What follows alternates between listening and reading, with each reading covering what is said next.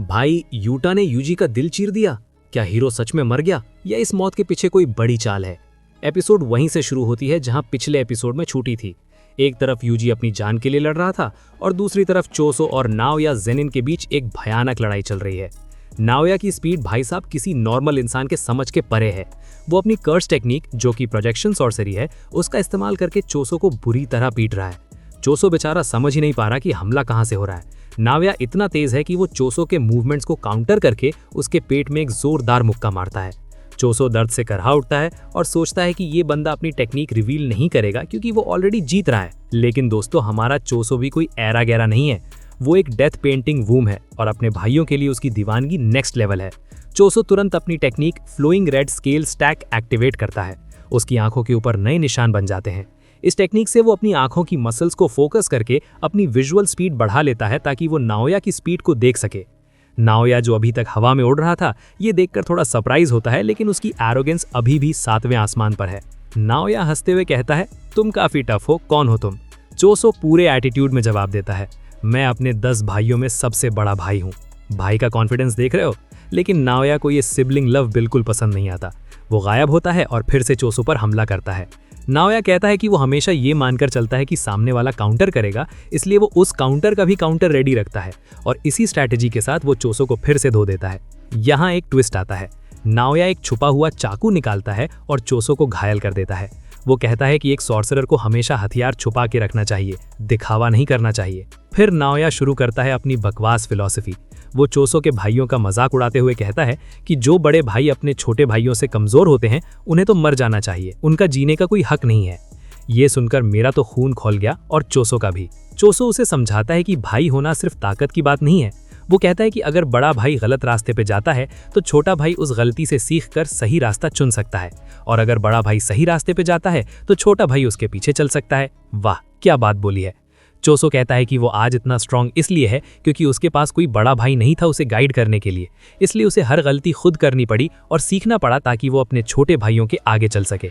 ये होता है असली बिग ब्रदर एनर्जी। लेकिन नाओया को ये सब इमोशनल बातें समझ नहीं आती। वो चोसो का मजाक उड़ाता है। तभी चोसो अपना मास्टर स्ट्रोक खेलता है। उसकी बॉडी से खून निकलकर जमीन पर फैलने लगता है।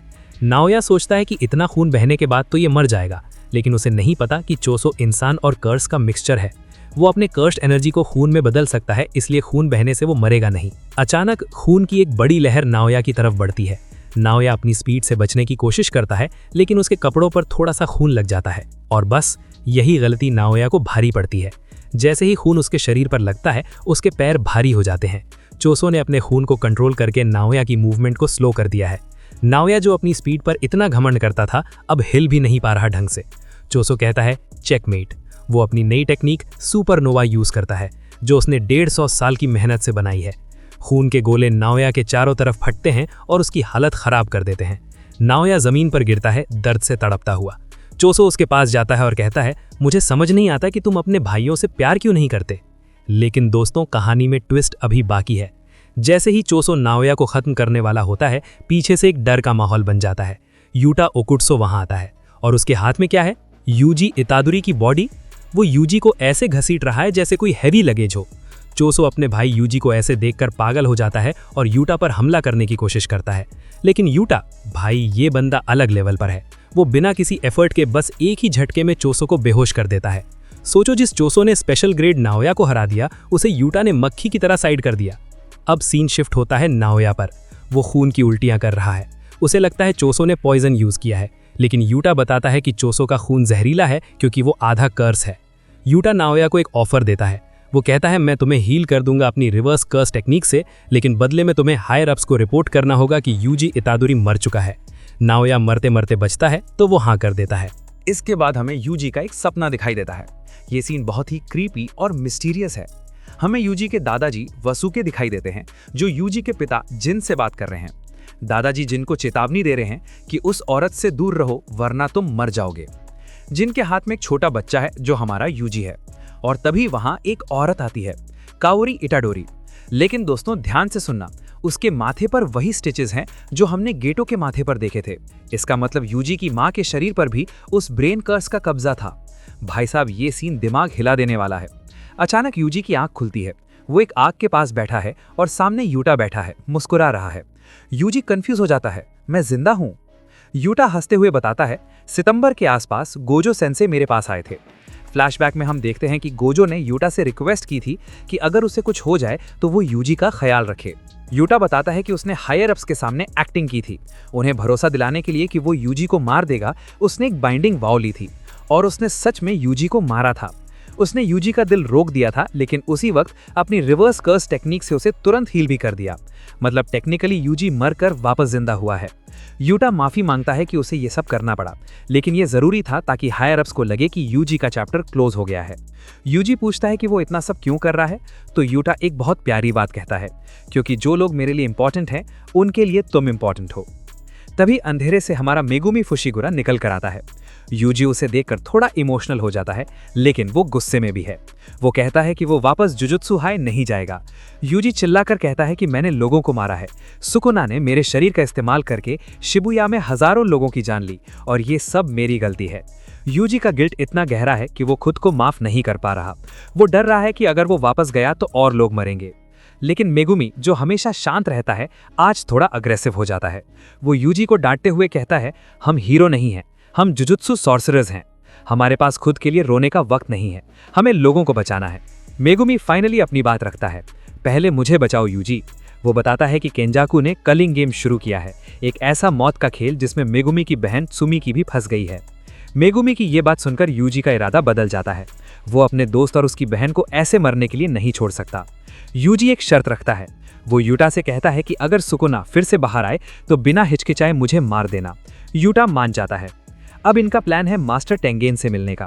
टेंगेन ही वो शख्स हैं जो बता सकते हैं कि गोजो सेंसे को प्रिजन रेम से कैसे बाहर निकाला जाए और केंजाकू का असली प्लान क्या है। लेकिन टेंगेन तक पहुंचना आसान नहीं है। उनका ठिकाना the tombs of the star एक भूल भुलैया के पीछे छुपा है, जहां 1000 दरवाजे हैं और सिर्फ एक सही है। यहां एंट्री होती है हमारे चोसो भाई की। वो कहता है कि वो सही दरवाजा ढूंढ सकता है। कैसे? क्योंकि उसके बाकी 6 भाइयों के डेथ पेंटिंग्स वहीं अंदर वेयर हाउस में रखे हैं और वो उनकी प्रेजेंस महसूस कर सकता है। सब लोग जुजुत्सु हाई के एक छुपे हुए कमरे में जाते हैं, जहां उनकी मुलाकात यूकी त्सुकुमु और माकी जेनिन से होती है। दोस्तों, माकी का नया लुक देखकर आप दंग रह जाओगे। उसके पूरे शरीर पर जलने के गहरे निशान हैं और बाल छोटे हो गए हैं। जोगो की आग ने उसे जला दिया था, लेकिन उसकी हेवनली रेस्ट्रिक्शन वाली बॉडी इतनी टफ थी कि वो बच गई। माकी अब पहले से भी ज्यादा खतरनाक लग रही है। चोसो यहाँ एंट्री मारकर अपनी प्लान बताता है कि कैसे वो अंदर जाएंगे। प्लान सेट होने के बाद रूम में ही एक बहुत ऑकवर्ड और फनी सीन होता है। माकी चोसो की तरफ इशारा करके पूछती है, अच्छा प्लान तो ठीक है, पर ये है कौन? यूजी बेचारा कंफ्यूजन में है। वो थोड़ा दबी आवाज में कहता है, फिलहाल के लिए इसे अपना बड़ा भाई समझ लो। बस ये सुनना था कि चोसो के जज्बात बाहर आ गए। वो खुशी से चिल्ला पड़ता है, यूजी। लेकिन यूजी को इतनी शर्म आती है कि वो चोसो के रिएक्शन का जवाब भी नहीं देता और सीधा चलो चलते हैं बोलकर बाकी सबको लेकर रूम से बाहर निकल जाता है। चोसो सबको सही रास्ते की तरफ ले जाता है।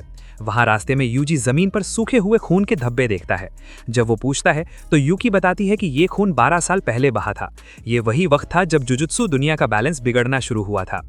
जैसे ही वो मेन हॉल में पहुंचते हैं, सब हैरान रह जाते हैं। वहां कुछ भी नहीं है, सिर्फ एक खाली, सफेद और सुनसान जगह। यूकी को लगता है कि टेंगेन उन्हें रिजेक्ट कर रहे हैं, या शायद सिर्फ यूकी को रिजेक्ट कर रहे हैं क्योंकि वो स्टार प्लाज्मा वेसल नहीं बन पाई थी। निराश होकर यूटा और मेगुमी वापस जाने का फैसला करते हैं क्योंकि त्सुमिकी के पास वक्त कम है। लेकिन जैसे ही वो पलटते हैं, पीछे से भारी आवाज आती है, इतनी जल्दी क्या है जाने की? और तब सामने आते हैं मास्टर टेंगेन। उनका लुक, भाई वो इंसान तो बिल्कुल नहीं लग रहे, बल्कि किसी एलियन जैसे लग रहे हैं। उनका सर सिलेंडर जैसा है और चेहरे पर 4 आंखें हैं। वो किसी का नाम नहीं लेते, बल्कि सीधा उनकी असली पहचान से स्वागत करते हैं। जेनिन के बच्चे माकी और मेगुमी, मिचिजाने के वंशज यूटा, डेथ पेंटिंग वूम चोसो और सुकुना का वेसल यूजी। भाई साहब, गूज़बम्प्स। और इसी के साथ ये एपिसोड यहीं पे खत्म होता है। तो मिलते हैं नेक्स्ट वीडियो में, तब तक के लिए सायोनारा।